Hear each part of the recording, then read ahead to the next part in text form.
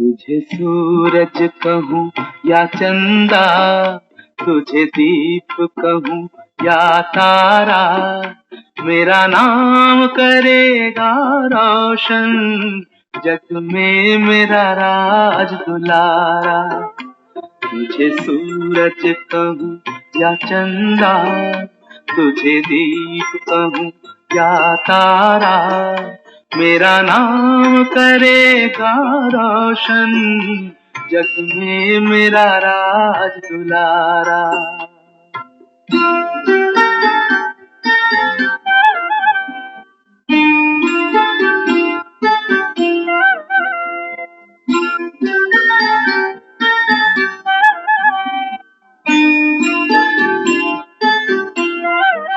मैं कब से तरस रहा था, मेरे आंगन में कोई खेले, नन्ही सी हंसी के बदले मेरी सारी दुनिया ले ले।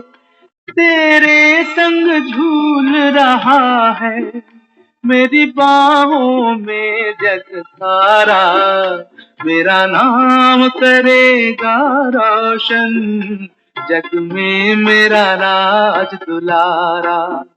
तुझे सूरज कहूँ या चंदा, तुझे दीप कहूँ या तारा, मेरा नाम करेगा रोशन, जग में मेरा राज दुलारा।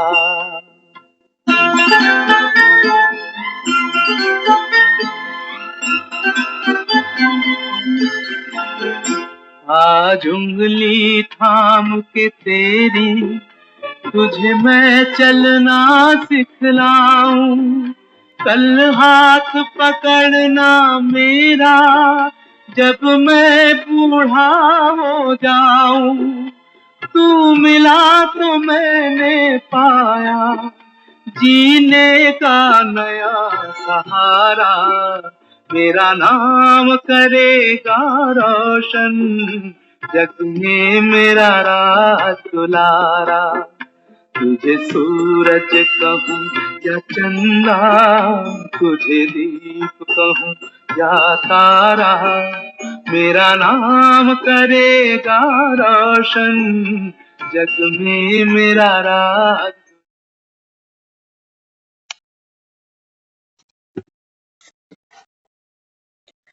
ओम शांति। ओम शांति दीदी। ओम शांति। तो बाबा बच्चों को सूरज और चंद्रमा, बाबा कहता है बच्चे तुम ही मेरे लकी ज्ञान सितारे हो। तो बाबा समझाता है कि देखो आज मैं तुमको तुम्हारी उंगली पकड़ के चलना सिखा रहा हूँ संगम युग पर, और बाबा कहता है मेरे जाने का समय होगा तो बाबा कहता है फिर तुम्हारे द्वारा, बाबा कहता है मैं दुनिया में जाना जाऊंगा। देवी देवताओं को दुनिया नतमस्तक होगी, मंदिरों में जाएगी, व्रत करेगी, उपवास करेगी, तीर्थ करेगी, बाप को सब भूल जाएंगे। तो बाबा इस समय बच्चों को अपने समान मास्टर ज्ञान सूर्य बनाता है। तो आज की मुरली को आगे कंटिन्यू करेंगे। बाबा समझाता है कि बच्चे बाबा अपनी महिमा बैठ थोड़ी करेंगे। बाबा कहता है भगवान थोड़ी कभी अपनी महिमा करता है। हाँ, बाबा कहता है जिनको सुख मिलेगा वो महिमा करेंगे। तो बाबा कहता है तुम सारा दिन बाबा बाबा करते हो, अमृत वेले जागेंगे कौन? बाबा कहता है जिनको बाप से सुख मिला होगा वही जागेंगे अमृत वेले, दुनिया थोड़ी जागेगी।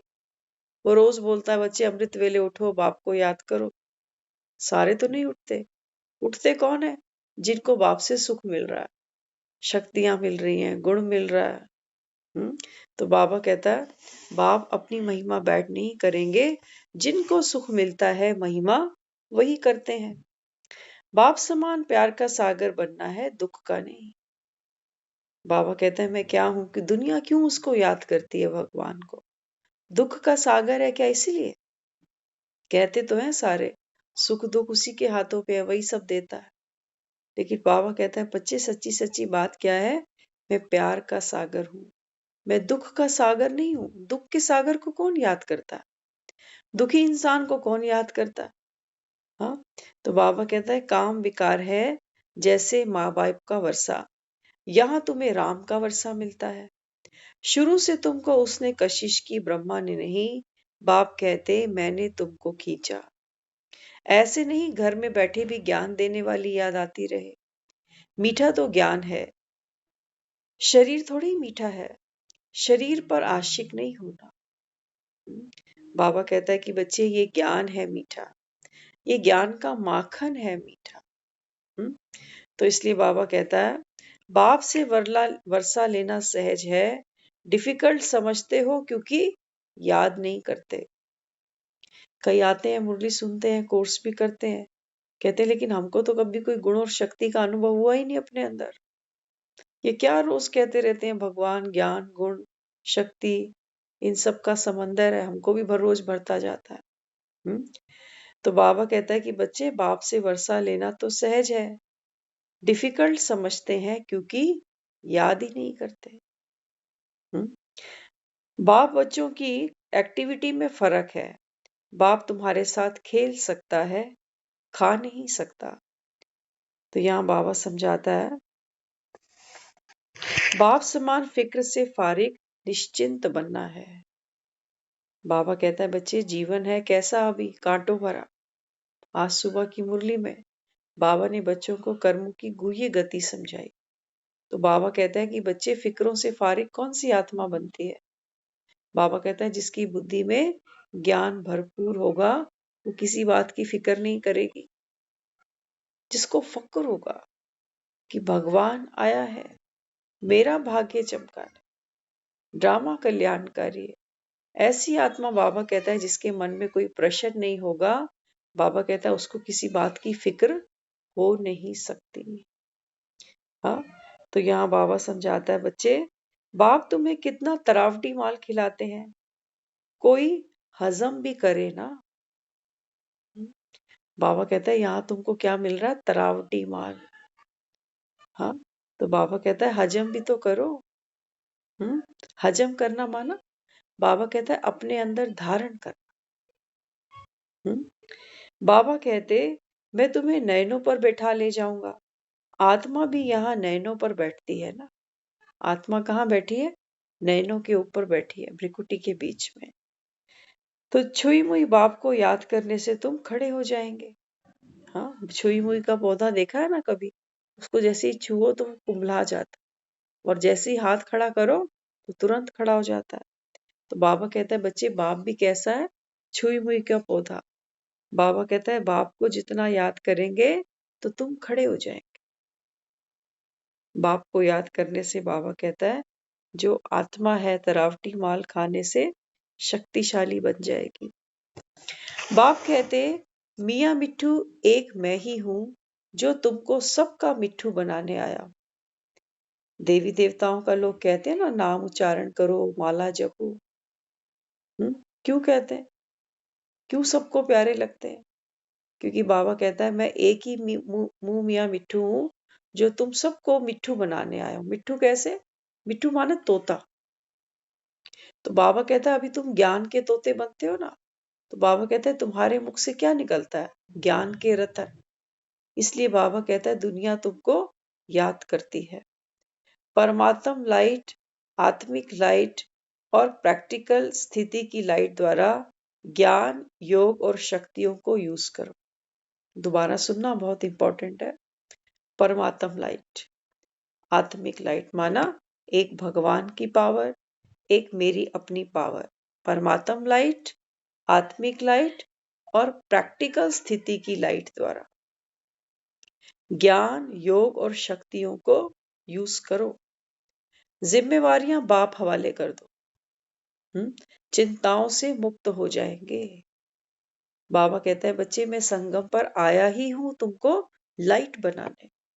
बाबा कहता है अगर अभी भी कोई जिम्मेवारी अपने सर पर रखी तो बाबा कहता है फिर चिंताओं से मुक्त नहीं हो सकते। अभी नहीं तो फिर कभी भी नहीं। दाता एक, देन भी एक, फिर भी लेने में फर्क पड़ जाता। वरदान नोट करते हैं सभी। बीज से फल नहीं निकाल सकते, सिर्फ वर्णन करते तो खुश हो जाते। बाबा कहता है मैं तुमको रोज मुरली सुनाता हूँ, रोज मुरली में तुमको वरदान देता हूँ। और बाबा कहता है बच्चे क्या करते हैं, पेन पेपर पे वरदान को लिख लेते हैं। हाँ, बाबा कहता है बीज से फल नहीं निकाल पाते। वरदान क्या है अभी? बाबा कहता है ये बीज है। जैसे कोई पंडित वगैरह होते हैं ना, तो वो क्या देते हैं पढ़ने के लिए, कहते हैं बीज मंत्र है ये, इसको इतनी बार पढ़ो, रोज इसका जाप करो। तो बीज मंत्र के अंदर क्या दिखाई? पावर दिखाई। तो बाबा कहता है बच्चे वास्तव में वो श्लोकों की बात नहीं है, बाबा कहता है ये है वरदानों की बात। तो एक एक वरदान बाबा कहता है ये बीज है, इससे फल निकाला। बीज से फल निकालने के लिए क्या करता होगा कोई? पहले बीज को धरनी में डालते हैं, पानी देते हैं, धूप देते हैं, धीरे धीरे वो बढ़ता है। बाबा कहते हैं तुमने बीज यहाँ डाला स्मृति की धरनी में कि बाबा ने मुझे आज क्या वरदान दिया।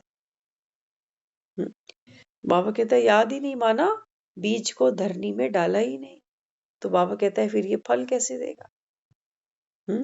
तो बाबा कहता है सिर्फ बच्चे क्या करते हैं, एक दो को वरदानों का वर्णन कराते खुश हो जाते हैं कि आज देखो बाबा ने कितना अच्छा वरदान दिया। फलीभूत करना माना समय पर कार्य में लगाना। बाबा कहता है बच्चे वरदान को फलीभूत करने का अर्थ क्या है?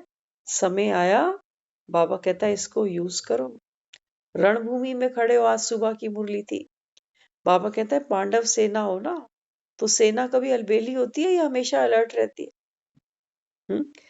तो बाबा यहाँ समझाता है बाप प्राण देने वाला है, ऐसी नॉलेज देते जिससे प्राण दान मिल जाता है। दुनिया में लोग कहते हैं ना कि भगवान चाहे तो मुर्दे को भी जिंदा कर दे। बाबा कहता है ये अभी की बात है। अभी बाबा कहता है तुम जो ये ज्ञान सुन रहे हो, बाबा कहता है अपने आप को चेक करो। बाबा को जानने से पहले, 7 दिन का कोर्स करने से पहले क्या जीवन था? क्या जीवन था? मुर्दे समान। तो बाबा कहता है अभी बाप मिला, बाप ने क्या किया? बाबा कहता है तुम्हारे में प्राण फूंक दिए। तो प्राण दान मिल गया।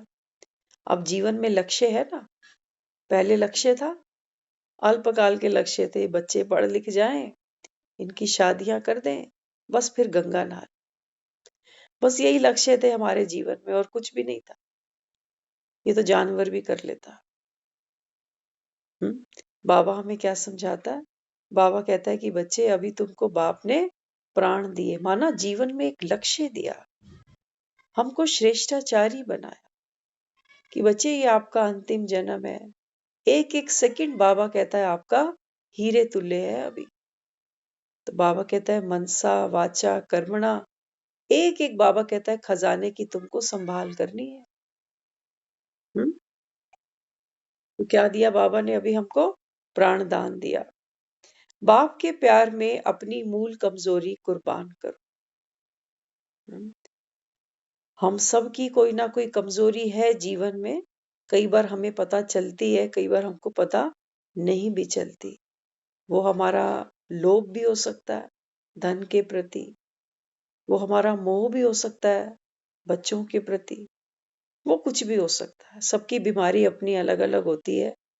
हाँ, तो बाबा क्या समझाता है? बाबा कहता है बाप के प्यार में, किसी से प्यार होता है ना सच्चा, तो हम क्या खुशी खुशी तैयार हो जाते कि तेरे पीछे हम ये छोड़ दें।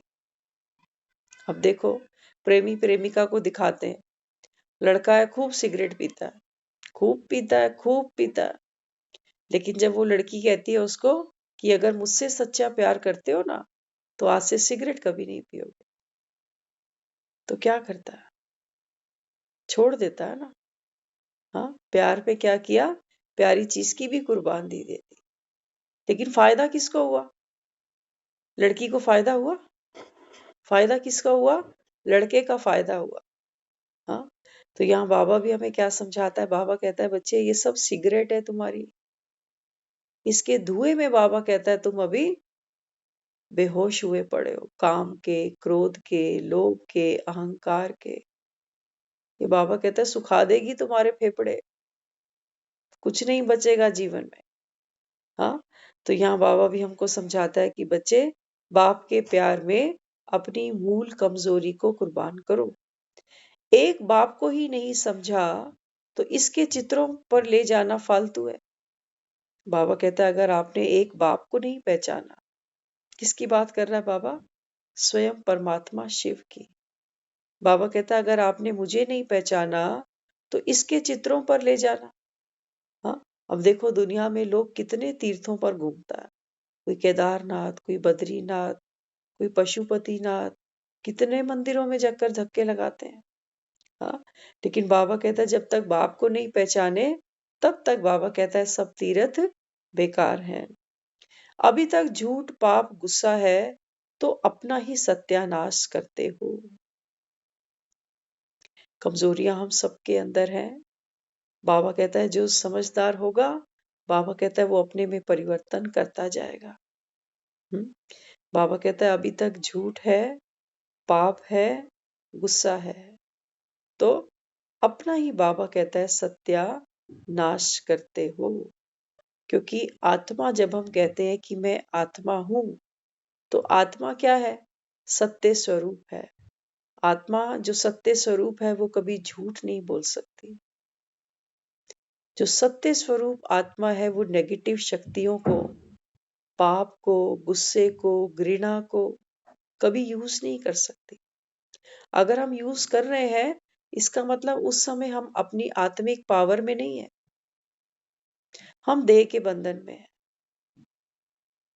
जब हम कहते हैं ना कि चाहते नहीं थे लेकिन हो गया, इसके तो हम सभी अनुभवी हैं। हाँ, कि चाहते तो नहीं थे लेकिन मुंह से निकल गया, तो माना कोई कंट्रोल थोड़ी है, आत्मा की पावर तो अभी है ही नहीं।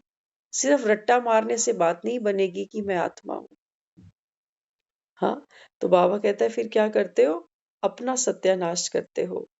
बाबा बच्चों के दिल के गीत सुनते, हरेक की तर्ज साज भिन्न भिन्न है। किसकी खुशी की, किसी की उड़ने की, किसी की शिकायत की, किसी की दर्द की। बाबा कहता है जैसे भक्ति में होते हैं ना, अलग अलग इंस्ट्रूमेंट बजाता है, कोई ढोलक बजाएगा, कोई छैना बजाएगा। हाँ, तो बाबा कहता है यहाँ पर भी देखो, बच्चों बच्चों का बाबा ने बताया कि दिल के जो ताज बजते हैं, तर्ज बजती है, बाबा कहता है वो हर एक आत्मा की अलग अलग है। तो बाबा को कई तो क्या याद करते हैं, कई तो बाबा कहता है मुझे खुशी से याद करते हैं। और कई इसीलिए याद करते हैं बाबा हमारा योग नहीं लगता, हम तो रोज मुरली नहीं सुन पाते, हम अमृत वेला नहीं कर सकते, हमारी धारणा नहीं होती।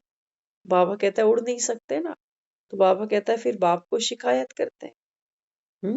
तो बाबा कहता है सबके दिल के जो गीत हैं उनकी तर्ज अलग अलग है।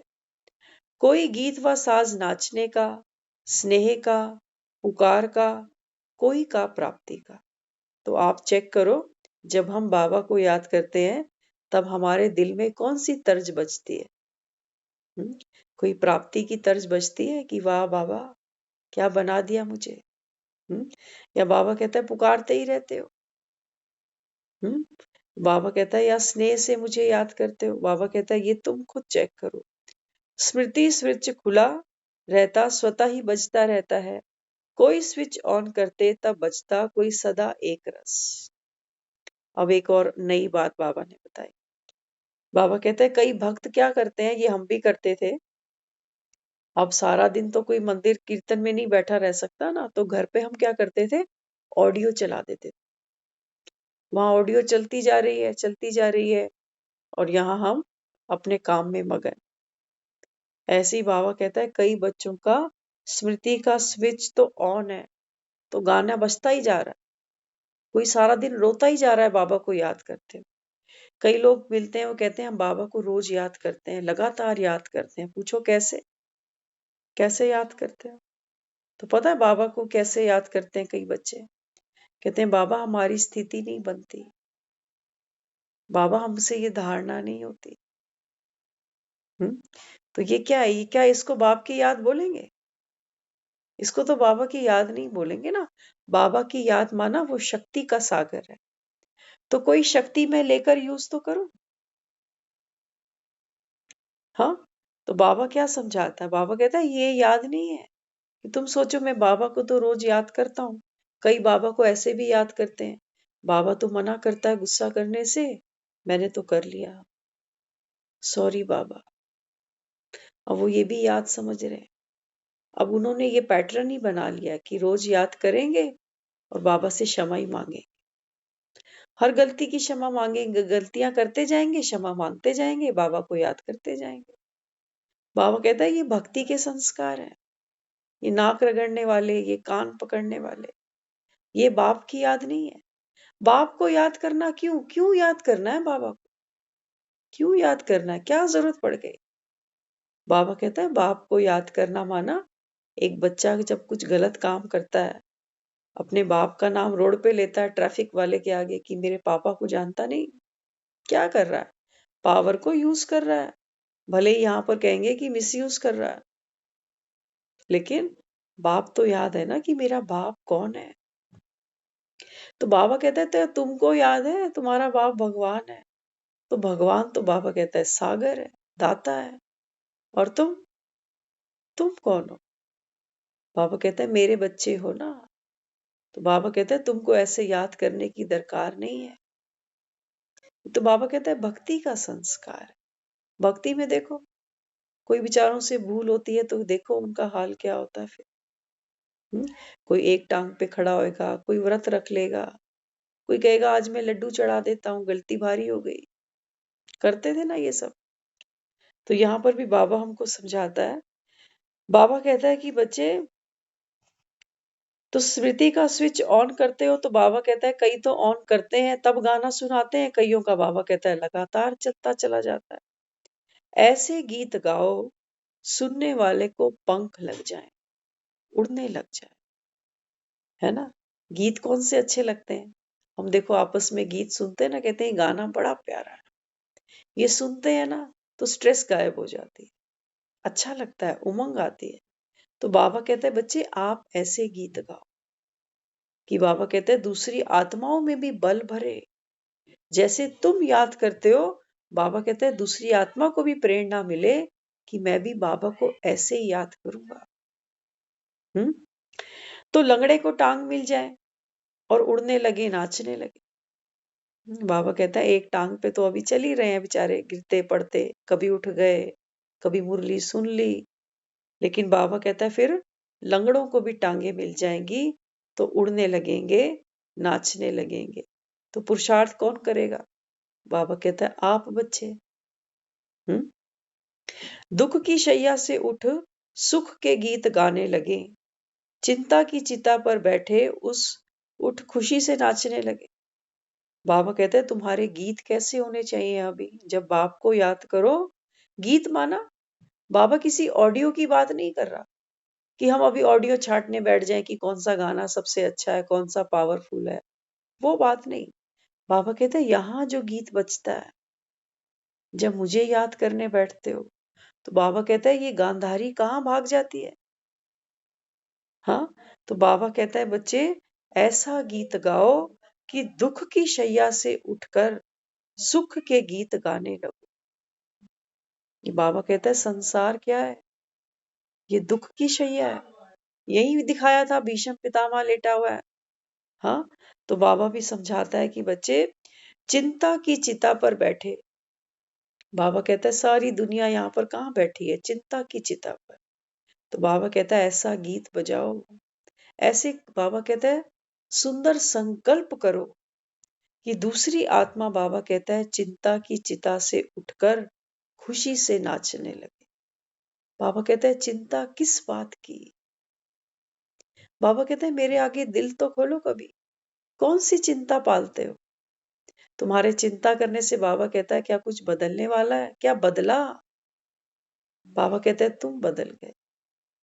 हाँ, जीवन में कोई उमंग नहीं है, कोई उत्साह ही नहीं है। तो यहाँ बाबा समझाता है भिखारी सर्व खजानों से संपन्न बन पालिया गीत गाने लगे। वैसे तो भिखारी कभी ये गीत गाते ही नहीं है कि जो पाना था तो पा लिया, लेकिन बाबा कहता है जब तुम आत्माएं ज्ञान धन से, गुणों से, शक्तियों से बाबा कहता है भरपूर होते हो, तो बाबा कहता है जो दूसरी आत्माएं धक्के खाती हैं, चिंता की चिता पर बाबा कहता है वो रात को सोती हैं, ऐसी आत्माएं बाबा कहता है भिखारीपन से छूटे और कौन सा गीत गाएं, पाना था सो पा लिया। इसी सेवा की आवश्यकता है। मेरा नाम करेगा रोशन, जग में मेरा राज दुलारा। बाबा कहता है मुझे तुमसे यही सेवा चाहिए, बाकी वैसी सेवा नहीं चाहिए जो लौकिक पिता सोचता है कि बैरिस्टर, वकील, इंजीनियर बन जाएगा तो लोग कहेंगे फलाने का बेटा तो बन गया, एमबीबीएस कर ली। बाबा कहता है नहीं बच्चे, आपको सेवा करनी है एक दो की नहीं, बाबा कहता है सर्व आत्माओं की। इस समय सारी दुनिया बाबा कहता है चिंता की चिता पर सोती है, सब लंगड़े हैं बाबा कहता है। तो इसलिए बाबा कहता है कि तुमको क्या करना है, ऐसी सेवा करनी है। तो ऐसी सेवा करने वाले बच्चे बाबा कहता है बाप का नाम रोशन करेंगे। तुझे सूरज कहूं या चंदा, मेरा नाम करेगा रोशन, जग में मेरा राज दुलारा। हम्म तो अल्पकाल की सिद्धि के पीछे भटक थक गए थे, एक बात से संतुष्ट होते दूसरी आ जाती। बाबा कहता है ज्ञान में आने से पहले देखो अपने आप को। अल्पकाल की प्राप्तियों के पीछे बाबा कहता है कितना भटकते थे। एक काम बनता था, दो और खड़े हो जाते थे। कहते हैं भाई हमारी तो जिंदगी चलो कट गई जैसे तैसे ओखी सोखी, अब भगवान बच्चों की तो कर कोई, बच्चों को अच्छी नौकरी लगा। करते हैं ऐसे नहीं करते, बच्चों की नौकरी लगा, फिर इनके अच्छे अच्छे रिश्ते भी दे, फिर इनके भी घर में कुछ हो बाल गोपाल। बाबा कहता है कहीं रुकी, कहीं बाबा कहता है तुम्हारी इच्छाओं की नौका कहीं रुकी, कहीं नहीं रुकी। तो बाबा यहाँ क्या समझाता है, बाबा कहते हैं सिद्धियों के पीछे माना इच्छाओं के पीछे भटकते भटकते एक बात से संतुष्ट होते तो दूसरी आके खड़ी हो जाती। तो बाबा कहता है ये सोने के मृग तो कभी छूटे ही नहीं तुमसे, एक को पकड़ते हो चार मृग और बाहर आ जाते हैं। तो बाबा कहता है शरीर बगैर आत्मा को नहीं याद किया जा सकता, महिमा शरीर की नहीं आत्मा की है। बाबा कहता है शरीर के बगैर, क्योंकि जब तक बाबा कहता है आत्मा शरीर में कोई श्रेष्ठ कर्म ना करे, तब तक बाबा कहता है उसको कोई याद ही क्यों करेगा। तो शरीर के बगैर बाबा कहता है आत्मा को याद नहीं किया जा सकता। तो बाबा कहता है लास्ट जन्म तक भी दाता के बच्चों के चित्रों द्वारा भक्त मांगते रहते हैं। ऐसा कोई घर नहीं मिलेगा आपको जिसमें मंदिर नहीं बना होगा। छोटे छोटे घरों को देखो, झुग्गियों को देखो, उन्होंने भी कहीं ना कहीं वो छोटा सा कोई कैलेंडर वगैरह कुछ ना कुछ चिपका रखा है दीवार पे। तो क्या कहा बाबा ने, बाबा कहता है देखो ये अंतिम जन्म तुम्हारा, दुनिया को देखो, बंगलों में बैठे हैं बड़े बड़े, लेकिन भगवान का मंदिर भी साथ बनाकर बैठे हैं। तो बाबा कहता है कि बच्चे देखो, दाता के बच्चों के चित्रों द्वारा भक्त आज भी मांगते हैं। किससे मांगते हैं, दाता के बच्चों से। दाता को तो बाबा कहता है ये भूल चुके, लेकिन तुम दाता के बच्चों के चित्रों के आगे ये दुनिया आज भी झोली पसारती है। चीफ जस्टिस भी कसम उठाने के लिए आपका स्मृति स्वरूप यूज करते हैं। बड़े बड़े कोर्ट में बाबा कहता है बड़े बड़े जज, वो भी बाबा कहता है कसम उठवाने के लिए आपका स्मृति स्वरूप। क्या है हमारा स्मृति स्वरूप, बाबा कहता है ये गीता। ये बाबा कहता है सच्ची सच्ची भागवत गीता है जो स्वयं मैं तुम आत्माओं को सुनाता हूं। तो बाबा कहता है देखो बड़े बड़े जज भी तुम्हारा ही स्वरूप हाथ में उठाते हैं और कहते हैं कसम खाओ हम जो कहेंगे सच कहें, क्योंकि भगवान तो कभी झूठ नहीं बोलता ना। हाँ, तो यहाँ बाबा कहते हैं देखो वो भी आपका स्मृति स्वरूप यूज करते हैं। बाप द्वारा प्रसन्न चित्त बनते, अब तक लोग अपने को प्रसन्न करने हेतु देवताओं को प्रसन्न करते हैं। क्या कहता है देखो बाबा, बाबा कहता है मैं तुमको यहाँ पर प्रसन्न चित्त बनाता हूँ। आज सुबह की मुरली में बाबा ने बोला बच्चों को, बाबा कहता है जो आत्मा सर्व खजानों से भरपूर होगी वो प्रसन्न चित्त होगी, वो कभी हलचल में नहीं आएगी। जैसे बाबा कहता है किसी के पास बहुत पैसा है, कोई उसको जाकर बोले प्याज के रेट देखो कितने बढ़ गए, हाँ देखो पेट्रोल कितना महंगा हो गया, उसकी सेहत पे कोई फर्क नहीं पड़ेगा, उसके पास पैसा इतना है। तो बाबा कहता है ऐसे ही जो आत्मा सर्व खजानों से भरपूर होगी, बाबा कहता है वो हमेशा प्रसन्न चित रहेगी, क्या क्यों में नहीं फंसेगी। तो बाबा कहता है देखो मैं तुमको प्रसन्न चित बनाता हूँ ना ज्ञान सुनाकर। तो बाबा कहता है फिर तुम्हारे भगत क्या करते हैं? हाँ, बाबा कहता है वो खुद प्रसन्न होने के लिए पहले देवी देवताओं को प्रसन्न करते हैं। घर में कोई शुभ काम होता है तो पहले क्या कहते हैं? पहले गणेश जी को बुलाओ, ठाकुर जी को मनाओ। शादी करते हैं पहले कहते हैं कीर्तन कराएंगे। हाँ, कोई मकान में गृह प्रवेश करे, कुछ करे तो किसको बुलाते हैं? कोई कथा कहानी कुछ ना कुछ तो करवाते ही है ना, ज्यादा नहीं तो एक अरदास ही करा लेते हैं। हाँ, किस लिए? कहते हैं भगवान की नजर सुहेली हो। तो बाबा कहता है देखो खुद खुश होने के लिए बाबा कहता है ये देवताओं को प्रसन्न करते हैं। जब भी आपके चित्रों के आगे सब दिल का हाल बोलते रहते हैं, अपने दिल का हाल कोई किसी को दे चाहे ना दे, लेकिन बाबा कहता है तुम्हारे चित्रों के आगे बाबा कहता है ये सारा दिल का हाल बोलते हैं। हाँ, तो बाबा कहता है छिपाने वाली बात भी स्नेहियों से छिपा लेते हैं। कोई ऐसे सीक्रेट होते हैं कभी कभी हम अपने स्नेहियों को भी नहीं बताते, लेकिन देवी देवताओं से नहीं छिपाते। मंदिर में जाकर क्या कहते हैं कि तू जाननहार है, तू बख्श दे मेरे गुनाह। करते हैं ना ऐसे। बाबा कहता है देखो क्योंकि देवी देवताओं के अंदर क्या लक्षण है? बाबा कहते हैं यही लक्षण तुम्हारे में है, सच्चे दिल पर साहेब राजी। जब तुमने बाप से कभी कुछ छुपाया ही नहीं, तो बाबा कहता है फिर तुम्हारे भक्त तुम्हारे आगे छिपा नहीं सकते। देखो हम बात कहाँ छिपाते हैं? हम बात वहां छिपाते हैं जहां हमको ये भय सताता है कि सामने वाला कहीं मुझे गलत ना समझे या मेरी किसी बात का मजाक ना बनाए। ऐसा ही होता है ना। हाँ, मुझे गलत ना समझे या फिर कोई मुझे नुकसान ना पहुंचा दे या मेरा कोई मजाक ना बना दे, तो हम अपनी बातों को कई बार ढक लेते हैं। और अच्छी बात है, क्योंकि आज के समय में हर एक आत्मा में उतनी पावर नहीं है जो सामने वाले की गलती को सहज स्वीकार कर ले, हंसते हंसते स्वीकार कर ले। नहीं, हमारी गलती होगी 2, वो बताएगी 20। आज सुबह की मुरली में बाबा कहता है कि बच्चे किसी का एक अवगुण देखा ना, बाबा कहता है उसका विस्तार किसी के आगे नहीं करो। तो बाबा कहता है नहीं तो फिर क्या होता है? तुम बाबा कहता है किसी एक की निंदा करते हो, तो बाबा कहता है फिर ये इको बनकर बाबा कहते हैं तुम्हारे ही सामने वापस आती है। जैसे बीमारी के जर्म्स फैलते हैं, कितनी तेजी से फैलते हैं। बाबा कहते हैं आज तुमने किसी की निंदा की, बाबा कहता है फिर तुम भी तैयारी रखना। हम्म तो यहाँ फिर बाबा हमको क्या समझाता है?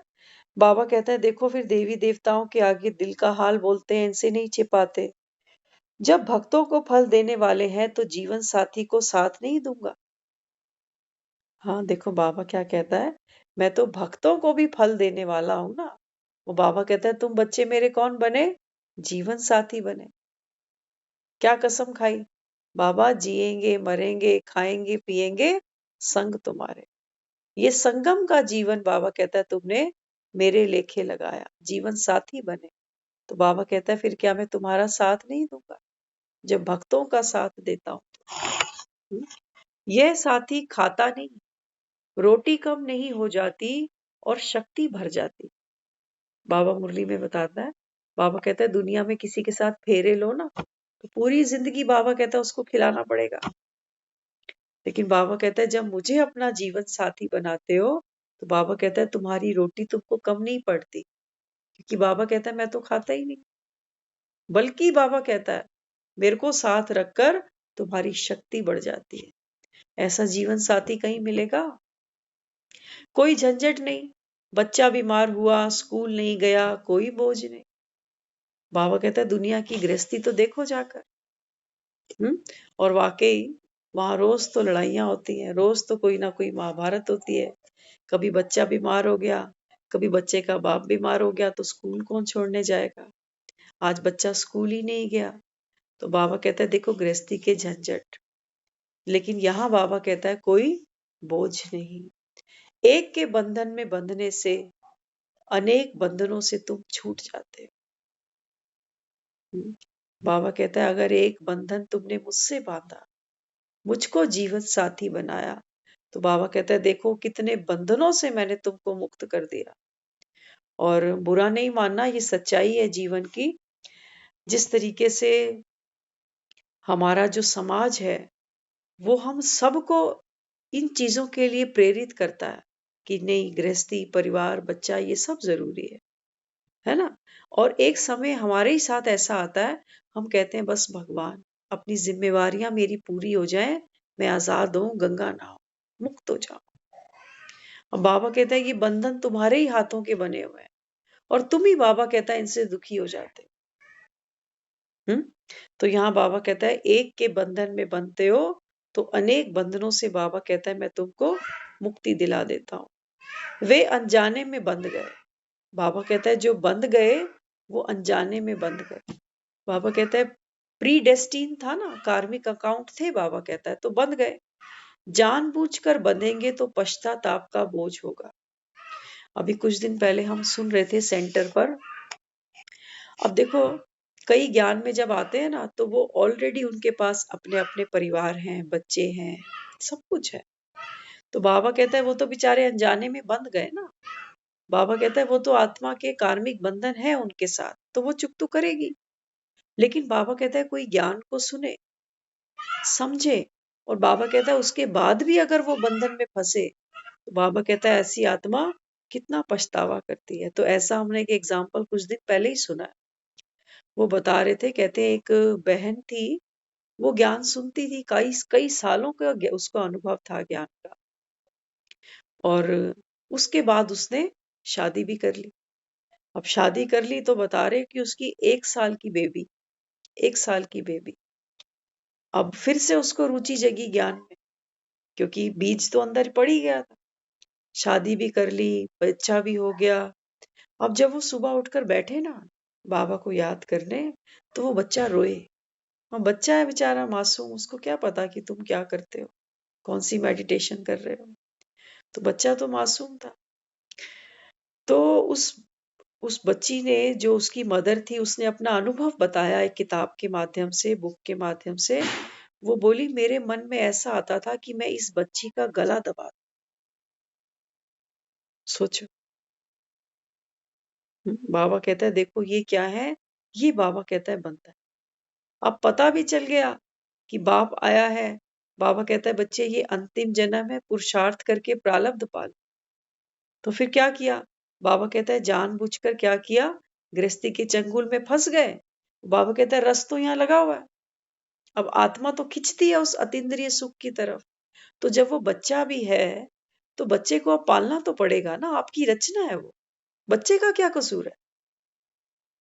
लेकिन क्या किया, उसने बताया कि देखो मेरे में इतना क्रोध आया उस समय कि मेरे मन में ऐसे आया, और बच्ची इतनी खूबसूरत बताई उसने, बच्ची बड़ी प्यारी, लेकिन मेरे अंदर ऐसा संकल्प आया कि मैं इसका गला ही दबा दूं। तो क्या इसको ज्ञान कहेंगे? इसको तो ज्ञान नहीं कहेंगे। हाँ, बाबा कहता है एक तो चलो गलती करी, कोई बात नहीं, परिवार हुआ, परिवार इकट्ठा किया, लेकिन बाबा कहता है अब ये बंधन, हिसाब किताब चुकतू करते हुए, बाबा कहता है मुझे याद करो। मैं थोड़ी कहता हूँ किसी का गला दबाओ, है ना।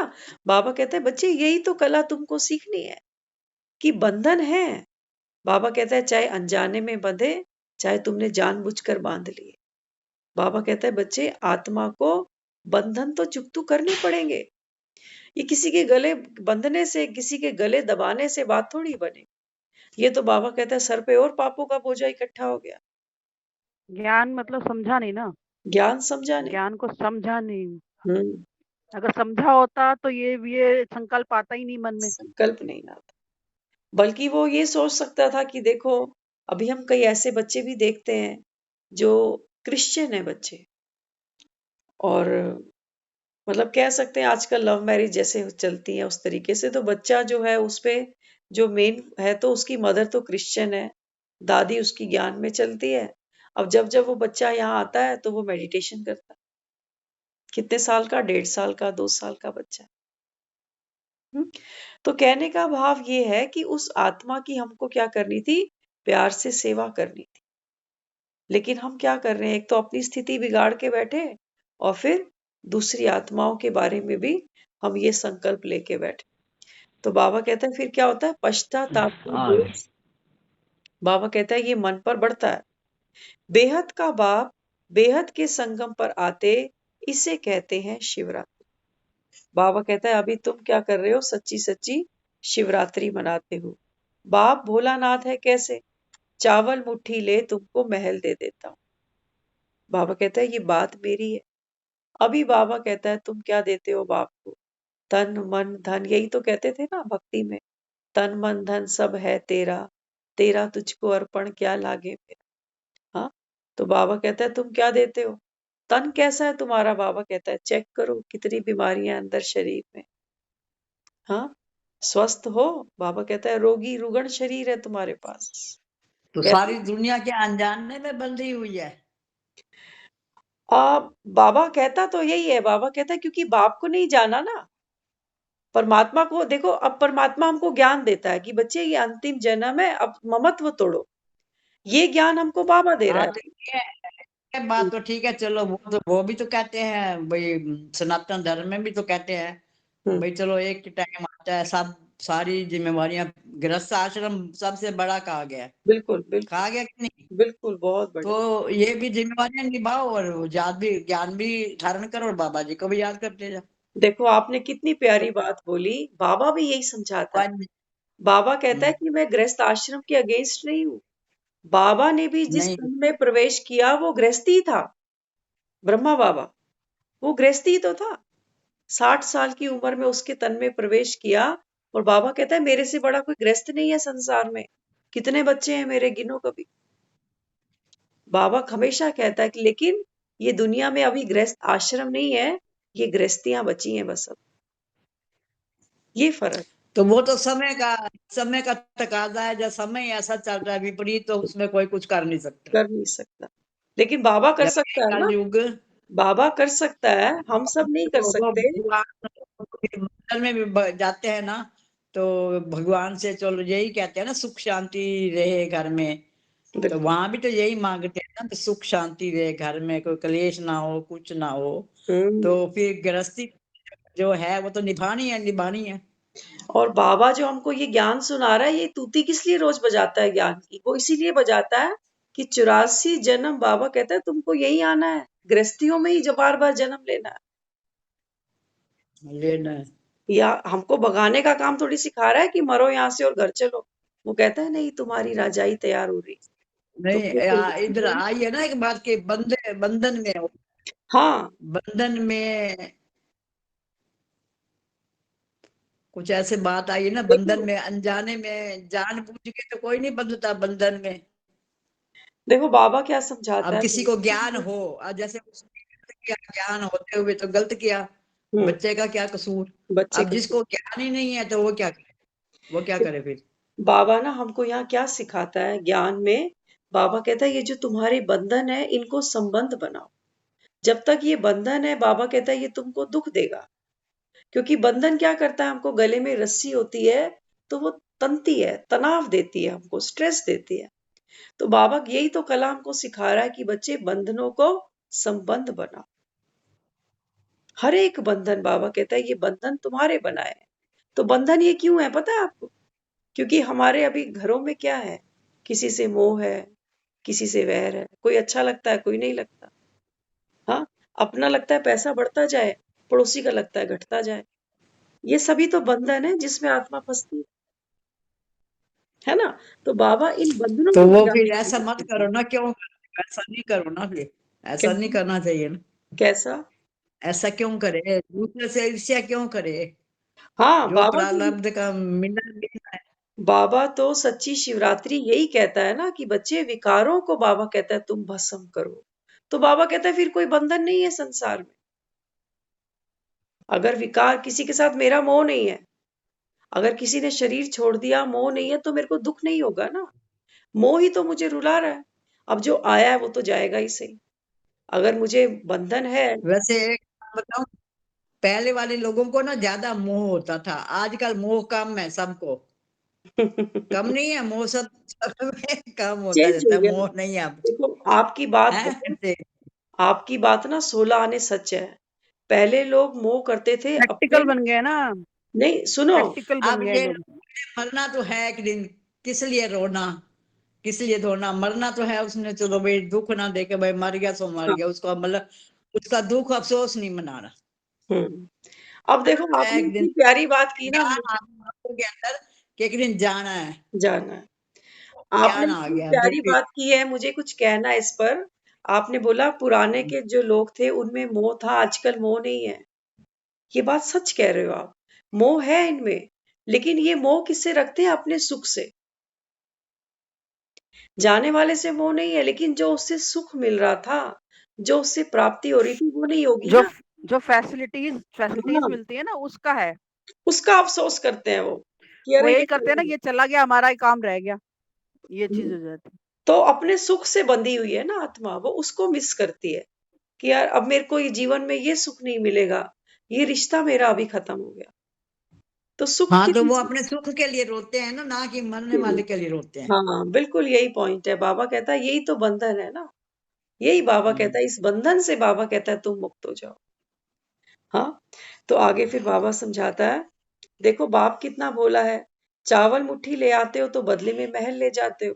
फिर बाबा कहता है तुम्हारे तन भी रोगी हैं। बाबा कहता है ना अभी तो शरीरों को जैसे कीड़े लगे हुए हैं। बाबा कहता है तुम किसी देहधारी को याद नहीं करो। बाबा कहता है शरीरों में तो कीड़े हैं। मन बाबा कहता है तुम्हारा रोगी है। मन उदास है, मूड ऑफ है। बाबा कहता है ऐसा मन तुमने बाप को गिफ्ट किया है। सोचो, जिस दिल के टुकड़े हजार हुए, थोड़ा प्यार इससे, थोड़ा उससे, थोड़ा उससे, थोड़ा इससे। बाबा कहते हैं तेरे मन के तो हजार टुकड़े हैं, वो तू मेरे पास लेके आया है। बाबा कहता है फिर भी इतराता है कि हमने तो बाबा को सब कुछ सौंप दिया। बाबा कहता है शरीर तुम्हारा पतित, मन तुम्हारा पतित, और धन, बाबा कहता है धन की तो पूछो ही मत, जितना कमाते हो उतना कम है। तो बाबा कहता है ये तो थोड़ा ही है हमेशा ही। इसलिए बाबा कहता है कि बच्चे ये देकर, चावल मुट्ठी देकर क्या करते हो? बदले में महल ले जाते हो। तो बाप का प्यार सभी बच्चों से है। जो राय फौरन मान लेते उनकी कशिश होती है। बाबा कहता है बच्चे, बाप का प्यार तो सबसे है, लेकिन जो तुरंत बाबा कहता है मेरी राय को मान लेते हैं, उनके प्रति बाबा कहता है मेरी विशेष कशिश होती है। बाबा नहीं कहते मेरे पांव धोकर पियो, सिर्फ कहते विकारों को छोड़ो। देखते हैं ना बाहर लोग जाते हैं गुरुजी के दर्शन करने, तो गुरुजी के चरणों पे लोटा डालते हैं और वही जल पी जाते हैं। कहते हैं चरणामृत। बाबा कहता है भगवान के तो मेरे तो पैर ही नहीं, तुम ये किसका चरणामृत पीते जा रहे हो? बाबा कहता है मैं तो कहता ही नहीं कि मेरे चरण धोकर पियो, क्योंकि है ही नहीं। लेकिन बाबा कहता है मैं सिर्फ क्या कहता हूँ, विकारों को छोड़ो। ये तीसरा नेत्र बाबा कहता है खोलो अब। तो इसके खुलते ही बाबा कहता है विकार खत्म। और कोई बाबा कहता है बड़ा पुरुषार्थ थोड़ी है। मैं हूं गरीब निवास, गरीबों को ही पढ़ाता हूँ। दान साहूकारों को दिया जाता है क्या? बाबा कहता है तुम ही मेरे बच्चे हो। बाबा कहता है मैं तुम ही को देने आया हूँ। बाकी बाबा कहता है दुनिया में बड़े बड़े पूंजीपति, नामी ग्रामी, साहूकार, वो ये ज्ञान नहीं लेंगे। वो कहेंगे हमारा स्वर्ग यही है, हमें नहीं चाहिए कोई ज्ञान, हमारा सत्युग यही है, हमारे पास गाड़ियां हैं, महल है, माड़ियां हैं, परिवार है, सब कुछ है, हमें क्या करना है ज्ञान का। वो बाबा कहता है जब ये श्वास छूटती है ना, तो बाबा कहता है फिर देखो। इसलिए बाबा कहता है वो अल्पकाल के सुख को क्या मानते हैं? स्वर्ग का सुख मानते हैं। बाबा कहते हैं यही तो मोहिनी है असुरों और देवताओं के बीच में। देवता भी पुरुषार्थ करते हैं अमृत पीने के लिए, जो अभी हम और आप कर रहे हैं। और दुनिया को देखो, वो मोहिनी में मस्त है, वो भी पुरुषार्थ कर रहे हैं, कोई नोट कमा रहा है, कोई वोट कमा रहा है, कर रहे हैं ना। तो असुर भी तो मेहनत कर रहे हैं, उन पे भी तो मोहिनी है। और यहाँ पर बाबा कहता है तुम देवता बनने वाले भी क्या करते हो, पुरुषार्थ करते हो। ये बाबा कहता है सच्चा सच्चा सागर मंथन। ये बाबा कहता है अमृत है जो अभी आत्मा पी रही। ओम शांति। आगे की मुरली कर लेंगे।